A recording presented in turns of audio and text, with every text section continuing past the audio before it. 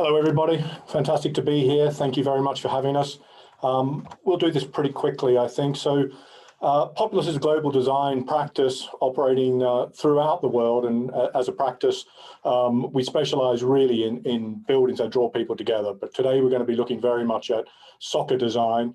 I've got two of my colleagues around the world, Jonathan in New York and Andrew James in Jakarta, and we're going to be looking at three projects to take a lens on how soccer stadiums are designed differently and equally similarly in the three regions of North America, Asia, and Europe. So we're going to have a quick video first.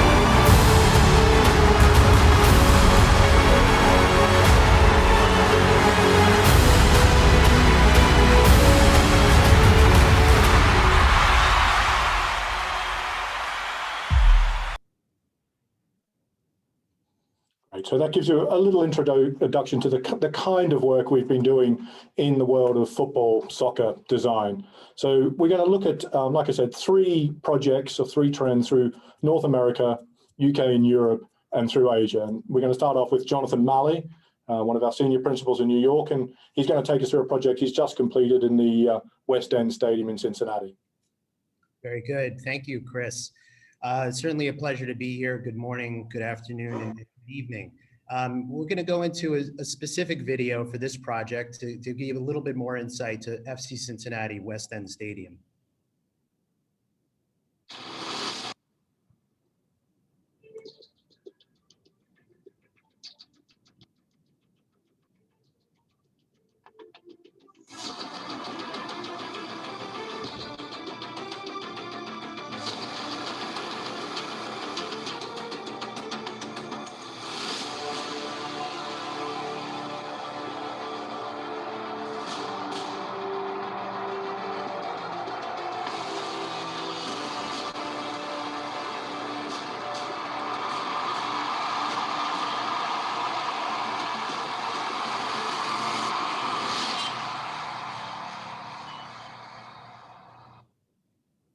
Okay, and taking you into that video to start, really showing and demonstrating the energy of the fan base in Cincinnati. And so, I think most would look at this image and see a whole crowd of people. And I know in these challenging times, we've really been looking to design and improve our stadiums to manage the mass amounts of people that come to them. But at the same time, these are the stadiums that captivate our audiences and draw people together. And we're really excited that we've developed the design and thinking about the future of stadia in this regard. It's always really important for us to think about the cities onto which we're building it. And so Cincinnati's rich with different districts, whether it's the Over the Rhine district, the Findlay Market, you've got the Cincinnati Music Hall and Union Terminal. And so taking our cues from some of that, and as well as looking at some areas of open and public space, whether it's the Navy Pier in Chicago, the Spanish Steps in Rome, or the New York Public Library, how do we create an open and inviting means for people to enter into our venues? And really, with this project, we really wanted to focus on lighting and energy and creating a visual energy that would wrap the exterior. And we'll show how that works in some subsequent slides. And then finally, the actual architecture of the exterior, looking at a series of abstract images here in terms of dynamic motion, whether it's an athlete in motion, a dancer, all the way on the right, a work of architecture, a splay of elements across what became the facade to really activate the project. And so when we started to think about that and really create a very specific facade system, we arrayed a vertical system of elements when composed together, create this fluid kind of atmosphere across the exterior. This here is an abstract image. It's actually a 3D printed prototype of something that we took inspiration of. Again, a series of vertical elements, but in a very fluid and dynamic motion across the screen here. And then the first sort of 3D model of the stadium. And you can begin to see the semblance of the facade as well as the roof covering, which gives 360-degree cover over the venue. A very simple diagram here. And we thought of the facade as this simple twisting motion and really kind of emblematic of the two teams about to take to the pitch. And then in the center is the ascension of the crowd coming into the venue. And then the first rendering of the project almost a year ago now produced this. And you could see the setting here in the hills of Cincinnati over the Rhine District on the right and the West End over to the left. The building elevated almost cloud-like and the ascension up the East Plaza that I spoke of moments ago. And then bringing that facade to light. There's 2.5 miles of video LED that line the facade, a series of linear elements that create that visual atmosphere and can also be used for the team logos and sponsorship to really activate the exterior. And now we're fast forwarding to today. And so a number of photos you're gonna see were just taken last week. And you can see the construction, really looking at the comprehensive bowl here and not many views out. It's really creating that visual focus on the match. And that's something that we wanted to do, again, to kind of harness the energy of the fan base. And you can see that 360 roof covering. And so again, now going back in time to the original render and what we believe will accomplish once fully constructed. The next view here is looking at the south stands, which is called the Bailey, and that's for 3,200 safe standing positions and really centrally focused and creating a very imposing view for the opposition. It's also lined with a 120-foot long scoreboard that hovers above it, and you can see that real focus and energy at the end of the stadium. Next here, a view from the northeast. And you can see the articulated superstructure that has gone up, yet to receive the facade, but then the same kind of rendered view from that corner where you could see the facade and that twisting motion come to light. Not one standard element on the facade, all mass customized and digitally fabricated. A view here from midfield, and you're in the west stands. This is actually in one of the, just stepping out of one of the clubs in the west stands, which I'll show in a moment, and looking straight across towards the east. And then another aerial here from the northeast above, and you can see a little bit more of that relationship with the East Plaza and the crowd entering into the stadium. Finally, a close-up, a little bit of a better view of the structural steel, and then the linear elements coming to life. Another view here of the south stand, and then that imposing Bailey focus, the 3,200 safe standing, and the scoreboard hovering above. And then one of the images that we saw from the Over the Rhine district. And so just a little touch here on the interiors as well, really bringing the colors of the team and a kind of rich modern composition. And you can see how we've applied that. There's 53 suites in this MLS stadium. And so this is how the suites are appointed here from the view from within, and then the straight on view. And you can see a very kind of modern contemporary look in terms of the coloration and touching on the blues of the team, the orange, as well as the copper in terms of the fixtures. But more than that, we really wanted to create a distinct series of experiences throughout the stadium. And we have 4 premium clubs, each taking cues from different aspects of Cincinnati. The Cincinnatus Club taking its name from the Roman Emperor, and then looking at some of the rich materials of Cincinnati in terms of how that's then brought into the club atmosphere. And there's 2 levels here, and you can see again the blues and the orange and the richness of the copper lining the venue. And so then the next is the Pitch View Club, and taking this to a little bit of a elevated level of sophistication here. But most importantly with the Pitch View Club is the relationship to the stadium. And so you have glazing along its entire length on both levels, and you can step out and then view the pitch and have that relationship with the club.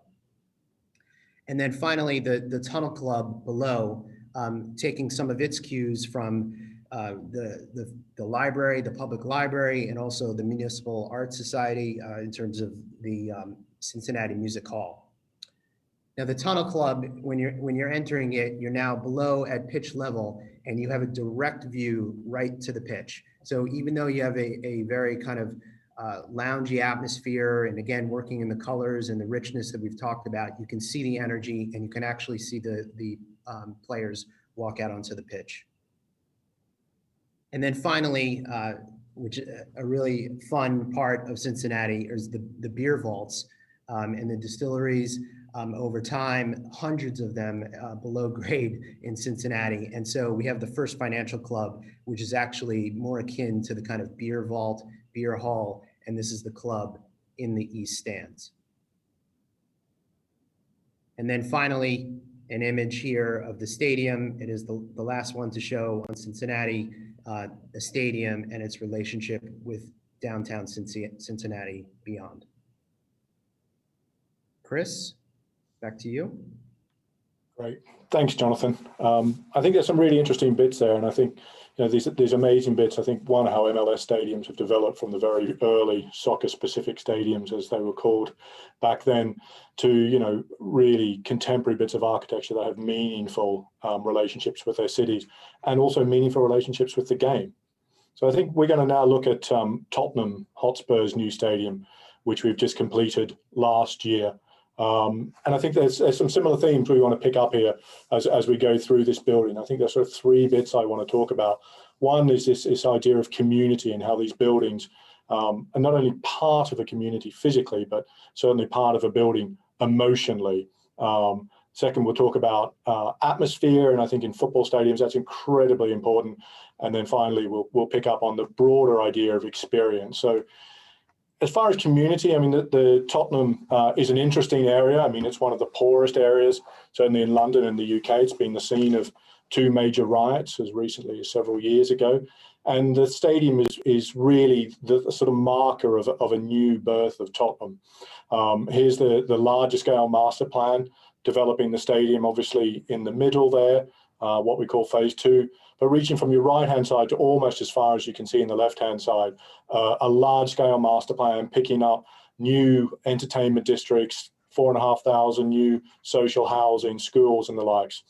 And here we are, this was mid-2019, with the first two phases of that developed, the Tottenham building right in the foreground, which houses a university college, a sixth form college for deprived kids. That is a phenomenal institution. It's got 3 children into Oxford universities in the last year, and then the new stadium itself. And then if we move to the next one, Jonathan, we now see where the next 3 phases are of this. So the stadium itself completed, a new hotel, an extreme sports building, and then a series of residential in what we call phases 3 and 4. Before the larger scale master plan to the left and the right of that. And it's a really important piece, I think, because this is really the first bit of major investment in what we described as a very socially deprived area, but also a beautiful area. So you can see in the next slide, the stadium sits in a fantastic historic high street, 18th and 19th century Georgian buildings, which is part of this development. We've been renovating and upgrading and reusing. So these buildings in the foreground are what we call grade 1, listed here in the UK buildings. And then on the next slide, we'll see at the other end of this piece of the high street, the incorporation of another grade 1 listed building, Warmington House, totally renovated, restored and incorporated into what we call the Tottenham Experience, which is a local history museum, the museum of the club, as well as a retail and some experience bars. So this building sits in a really interesting context and very much part of its high street. And I believe it's the only stadium in the UK that actually sits on a high street, or a main street, as we call it in the States. And that's quite important, that this is a building that is very much civic in its nature, both the way the architecture works, its openness, its invitingness, its multi-use, as well as the sort of idea that Tottenham as a football club really belongs to the people of Tottenham and gives them a position both within, you know, the English Premier League in Europe, but on a global stage now. But more importantly, and a pretty daunting task, I guess, as a stadium designer, to pick up a stadium. The old White Hart Lane had a phenomenal atmosphere. It was one of the great stadium I loved very much, but it had an incredible atmosphere. It was incredibly close to the pitch. You could almost touch the players. In fact, I think you probably could touch the players. It was so close. So how you replicate that in a new design in a much larger stadium. So looking at the sections here, the first one is the old White Hart Lane section. The purple one in the middle is the new one. And just to put a scale comparison, there's Wembley overlaid at the top. So the stadium we've designed is a 62, almost touching 63 now as we continue working on it, 1,000-seat stadium. And one of the key pieces was very much on the next slide, was looking at what traditions in both White Hart, but also in English football stadiums were great and made stadiums great. And I think a lot of contemporary European stadiums have lost a little bit of what made these wonderful stadiums great, their nuances. But one of the things we always loved, and I personally love, is what we call in the UK the Kop, you know, the famous Kops up at Liverpool and the like, and how they were, you know, they were the cheap seats behind the stands. They were earth banks. It's where we were crowded in. But they were phenomenal hearts of the whole stadium, both sort of emotionally, but also from an atmosphere perspective. So you can see how our large single tier, incredibly steep, incredibly close south stand, 17,500 seats, sits really as a sort of engine of atmosphere in this seating bowl for the remaining bits of the bowl, gives identity, gives position, but most importantly, gives this idea of atmosphere. And on the next slide, you'll sort of see for a large capacity stadium, an incredibly tight seating bowl.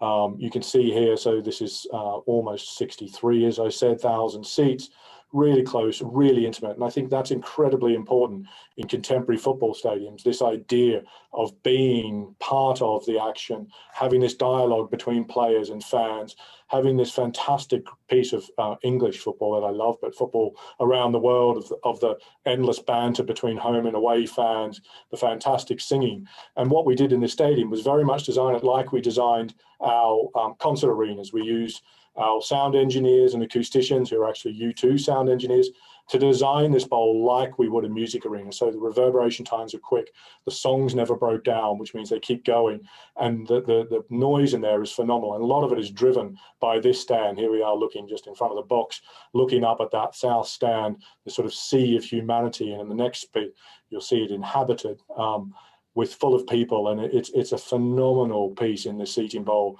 that both visually but acoustically drives this incredible atmosphere in the seating bowl. And I think on the opening night, I was very fortunate to be sat next to a gentleman who had been attending White Hart Lane for 65 years, never missed a game.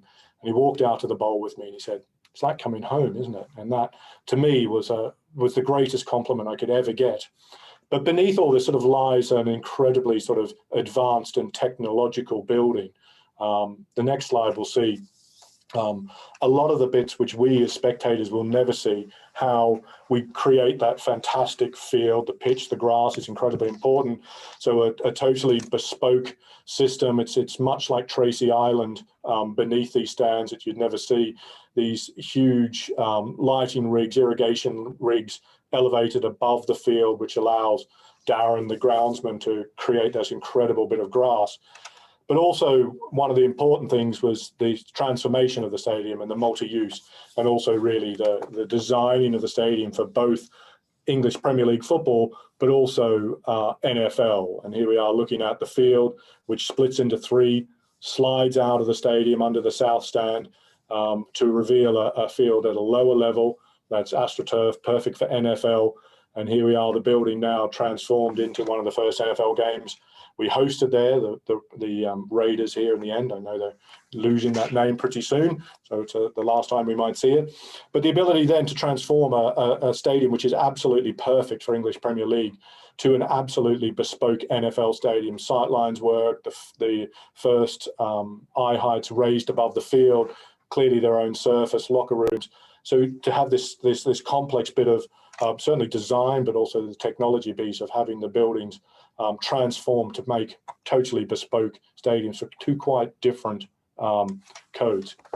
The next bit I really want to talk about is experience. And I think this is the bit that drove us incredibly in this building. It's probably, I think, the biggest change. So on the next slide, we'll see really the way we looked at this, and Daniel Levy was very much part of this and very much in sync with our aspirations, to say that, you know, we've got 62 or 63,000 Tottenham fans in our stadium. They should all be treated with incredible experiences, whether you're paying the most money or the least money. It's all about experience. And if you're a Spurs season ticket, you know, you're going 20, 30 times a year, and Wednesday night or Tuesday night, Saturday or Sundays. The idea of having the freedom, and a lot of this was taken, I think, from the way we designed a lot of our American sports, certainly NFL stadiums. Of this idea of I think freedom is really what we wanted to create. That I think in English football stadiums, we're being very much sort of dictating how people use the buildings. You'll come into a certain gate, you'll sit in a certain area, you'll have a certain kind of food. And this was the antithesis of what we wanted to create. And I'll just whip through a series of slides now on the kinds of spaces we wanted to create and curate, I guess, from anything from the marketplace, which was the idea of picking up some of the trends in certainly around the world, but in England, street food, craft beer. And this is a space effectively on top of the requirements we needed for concourses, that provided, you know, seasonal food. They can change out the concessions quickly. Local vendors can be part of that. And it's become absolutely the heart of the South Stand. And here you see one of the test events. In the end, we've had to sort of do some remediation work to limit the number of fans here. But this is like being on the terraces. You've got the longest bar in the UK on one side. It's 75 meters long, pouring amazing craft beer that was brewed on site, which we'll look at in a second. Fantastic food, and the atmosphere is phenomenal. In the next slide, we'll see one of the partnerships we developed with Beavertown, who are a local craft brewer in Tottenham. Developed the idea of installing a microbrewery, which brews all the beer we need on site. Part of that is a tap room and a tasting area. And that's become a phenomenally successful little space that's certainly on match day, but on non-match day is part of it. And then we'll go sort of quickly now, Jonathan. I think, you know, again, trying to create, and as I said, curate this idea of experiences, the idea that general admission isn't all general admission, that premium general admission, I think, is an incredibly important part of looking at how our spectators work, through to, you know, premium clubs, looking at multi-use spaces. So here's one of our premium clubs, which transfers into conference banqueting space on our east stand. And then through into the next slide, which looks at our probably one of the least glamorous areas traditionally in a stadium. This is the press conference area, or the press workroom, where we decided to push this to the front of the building onto the high street, and having space for 300 working press laptop points is effectively a co-working space, or a cafe, which now runs 7 days a week and is only closed when we have a game. Onto private suites, which we're all familiar with, but I think a large movement here is fewer suites and quite often larger suites. So this might be Harry Kane's suite, one of the super suites, very large, 70 square meters, so the size of a 2-bed flat in London, which sold fantastically well. And again, just part of this idea of providing different experiences. Again, I think there's a huge market, and the sales of this have shown in Tottenham. Loge suites, which are effectively your own private booth in a smaller area, dedicated table service, which is picking up, I think, a lot of the clients who would have gone into private suites. But I think in many ways it's been a difficult, long, hard project, but immensely rewarding to have a client who was so passionate about creating something that was truly unique, that picked up so many of the things we've always wanted to do in stadiums, but most importantly, treated all of our fans and all of our community as very much part of of this building that sits so comfortably and so well received in Tottenham itself.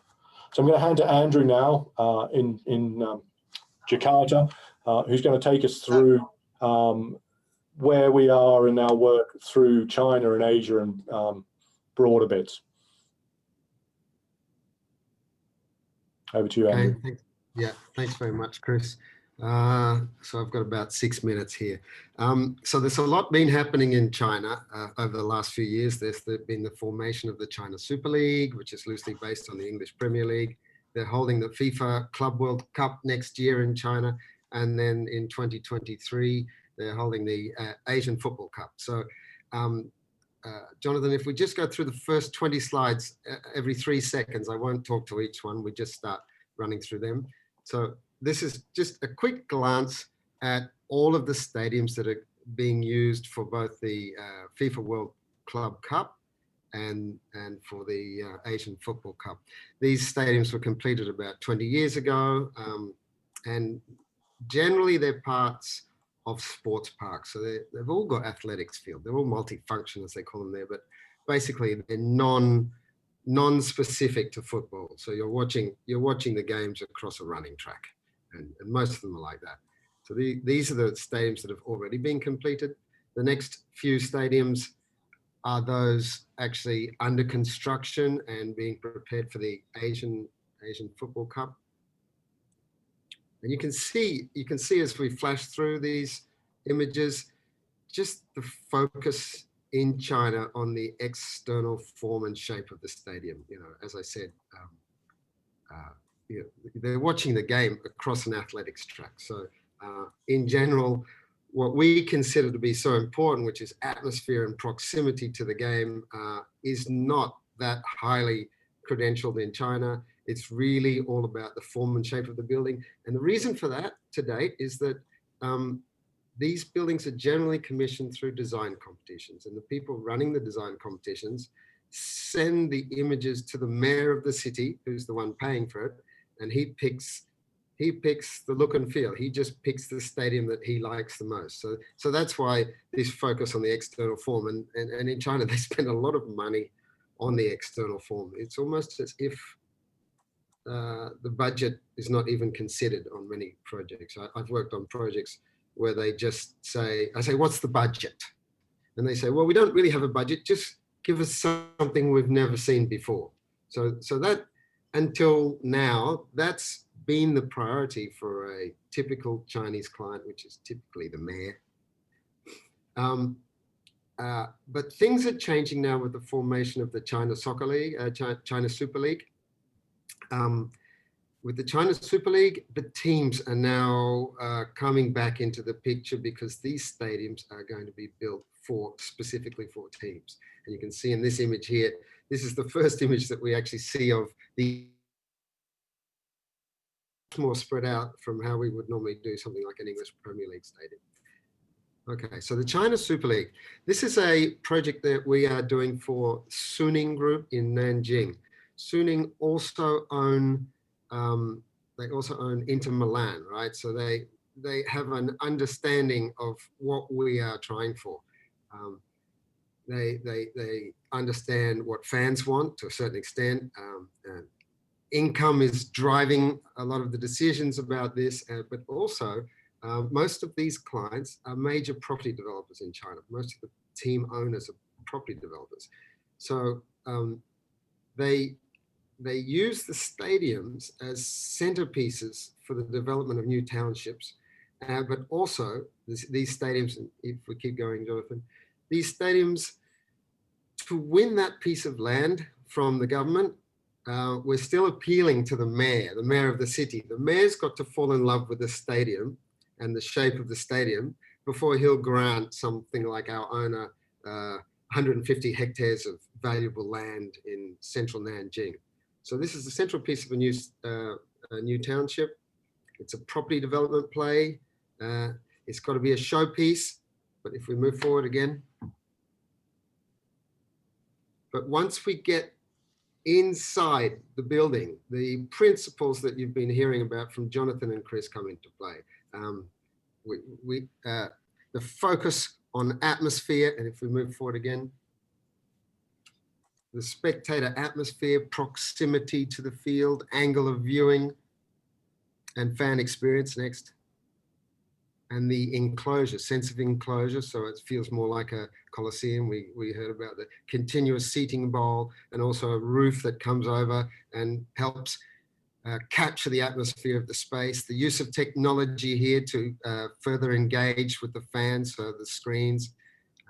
On this one, you see this is future-proofing. The images there just show the fact that we may have to allow for an extra 5,000 seats in future, so we include that as part of it.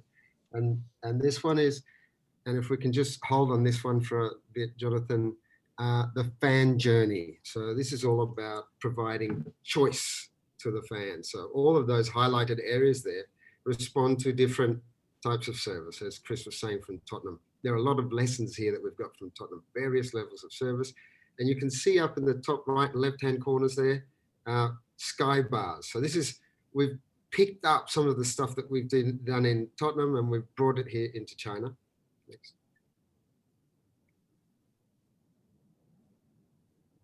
And then the external facade, the way we see the building, it's got to connect to the place around it.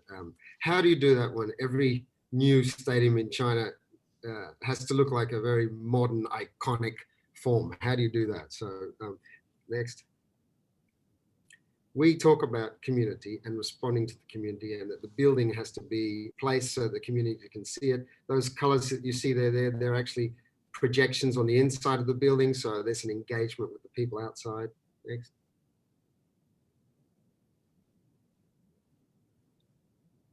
And this is an image of that sky bar. As I said, we took the idea from Tottenham, but we've made it a sort of a Chinese version of that. Next.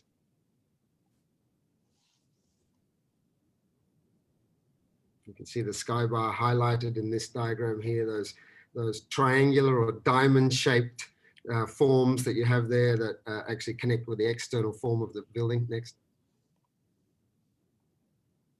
And then this is just a seating diagram that shows the variety of seating choices and the variety of hospitality choices. And we give this different numbers of seats for each one as well. This is what one might call the Populous global DNA, about fan experience, choice, inclusion, innovation, and last slide, and fan atmosphere. We always bring it back to atmosphere. Without the atmosphere, people may as well stay at home and watch it on TV. So that's the conclusion of this, running very quickly through it.